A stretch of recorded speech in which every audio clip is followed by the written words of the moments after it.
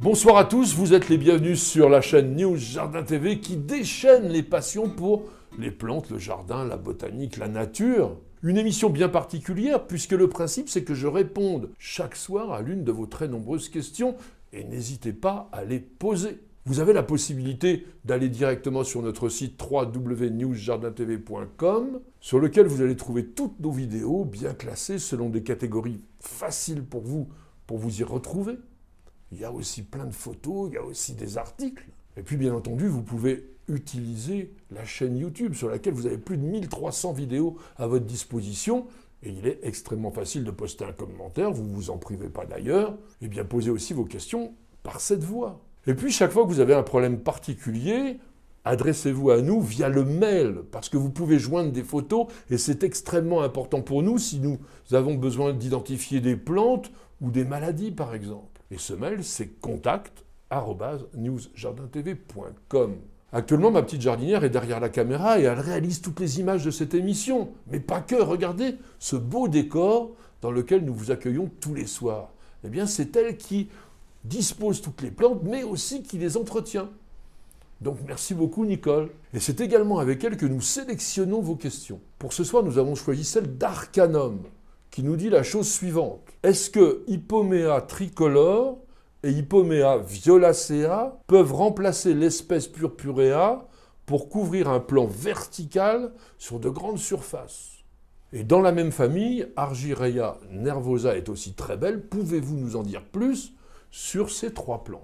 Je vous rappelle que dans l'émission numéro 128 du Quotidien du Jardin, nous avons sélectionné déjà, entre autres annuelles grimpantes, c'était le sujet, l'Hypomée d'Inde, Hypomea indica. Et c'est une belle plante pour faire une décoration annuelle, justement sur une grande surface. Nous avions évoqué aussi pour un usage similaire Hypomea purpurea, même si c'est une plante un peu moins vigoureuse. Revenons maintenant à la grande famille des convolvulacées, puisque nous sommes en plein dedans. Il y a 59 genres et plus de 2000 espèces. Il y a pas mal de plantes dans cette famille qui peuvent jouer ce rôle de couvre-mur. Elles sont parfois assez proches les unes des autres, difficiles à distinguer. Et puis notamment les genres qui ont été cités par notre internaute, Argyreia et Hypomée.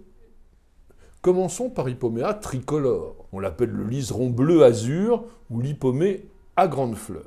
C'est une plante grimpante originaire d'Amérique centrale qui a été décrite et nommée en 1795 par le botaniste espagnol Antonio José Cavanilles. C'est une plante qui est totalement non rustique et qui se cultive donc comme une annuelle.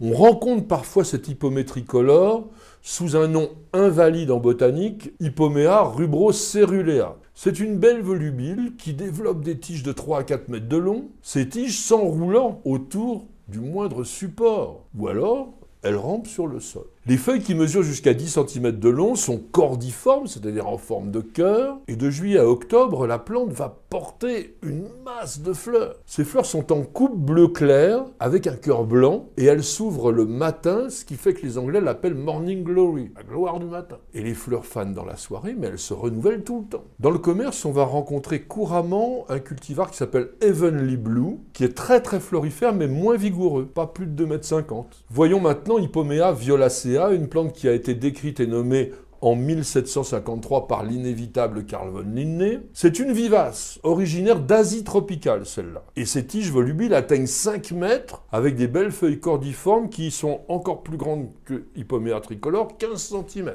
Il est curieux que la plante s'appelle Hypomea violacea parce que ses fleurs sont blanches, un peu striées de bandes vertes, elles mesurent environ 10 cm de diamètre, elles forment un joli cornet dont le tube est rempli de nectar, et curieusement, ces fleurs s'ouvrent la nuit. Et encore une fois, les anglo-saxons ont trouvé un nom assez poétique, Beach Moonflower, la fleur de lune des plages. Et en France, on l'appelle parfois belle de nuit, mais c'est un nom impropre, parce qu'on attribue plutôt belle de nuit à Mirabilis jalapa, une fleur de la famille des Nyctaginacées, comme la bougainvillée.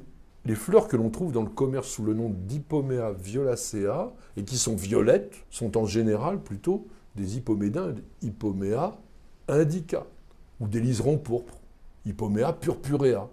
C'est des plantes extrêmement voisines, mais là les fleurs sont bleues ou violettes et pas blanches.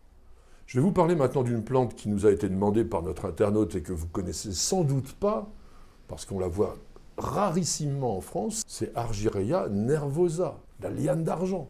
Vivace, famille bien sûr des convolvulacées, qui est originaire de l'Inde. Et son nom botanique valide lui a été donné en 1837 par le botaniste autrichien Wenceslas Boyer. En effet, la plante avait été décrite une première fois sous le nom de Convolvulus nervosum en 1768 par un botaniste néerlandais qui s'appelait Nicolas Laurens Burman. En français, on dit liane d'argent ou parfois rose des bois. Et c'est une plante qui se développe à une vitesse phénoménale avec de longues tiges volubiles couvertes d'un léger duvet argenté, ce qui lui vaut son nom d'espèce. Et ces tiges peuvent atteindre 10 mètres. Elles ont la particularité de sécréter une sorte de lait blanc qui ressemble à un latex. Cette liane d'argent est cultivée essentiellement dans les pays tropicaux parce qu'elle ne supporte absolument pas le gel. Et ici en France, on peut la cultiver en serre, en général dans une serre plutôt chaude, dont la température en hiver ne descend pas en dessous de 13 degrés. Dans la nature, le feuillage est persistant, les feuilles sont opposées, cordiformes également, en forme de cœur, et elles sont très grandes, de 15 à 25 cm de long. Elles sont aussi nettement nervurées et couvertes de petits poils blancs à la face inférieure. Donc de loin, la plante paraît vraiment argentée. Et comme je vous ai donné depuis le début de cette émission les noms anglo-saxons, eh bien on l'appelle Elephant Creeper, la grimpante éléphant, parce qu'on pourrait éventuellement voir dans la forme des feuilles celle des oreilles d'un éléphant. La plante, dans les pays tropicaux, fleurit pratiquement à longueur d'année, et les fleurs de 5 à 8 cm de diamètre, elles aussi en forme d'entonnoir. Vous savez le nom que donnent les botanistes? Infundibuliforme, pour les fleurs en forme d'entonnoir. Elles sont regroupées en bouquets, elles sont rose pâle à mauve, et surtout avec un cœur plus foncé. Attention, l'ensemble de la plante est toxique, et c'est là-dessus que je voudrais insister pour terminer l'émission, c'est qu'aussi bien Hippomea tricolore qu'Argyreia nervosa sont des plantes aux propriétés psychotropes, parce qu'elles renferment ce que l'on appelle le LSA, acide D-lysergique amide, ou plus facilement ergine, qui est un alcaloïde hallucinogène. Et il est sécrété, cet alcaloïde, par des champignons microscopiques qui parasitent beaucoup de convolvulacées. Certains disent aussi que Hippomea violacea renferme cet alcaloïde. C'est assez contesté aujourd'hui, mais méfiance quand même. Alors attention, dans notre pays, la culture de Hippomea tricolore et Argyreia nervosa doit être réservée exclusivement à la décoration. Parce que certains fournisseurs sur Internet mettent en avant un usage médicinal de la plante. Le positionnement est assez ambigu, parce que c'est une plante chamanique. Elle était utilisée dans des rites divinatoires. Elle pourrait donner des effets similaires ou voisins de celui du LSD. Donc on a affaire à une plante hallucinogène, et je vous rappelle qu'en France, l'article L3421-4 du Code de santé publique prévoit des peines de 5 ans de prison et de 75 000 € d'amende pour la vente de substances présentées comme ayant des effets stupéfiants. Donc la consommation, la possession, la culture et l'achat de ces plantes est réglementé, même si dans d'autres pays européens, on est un peu plus laxiste.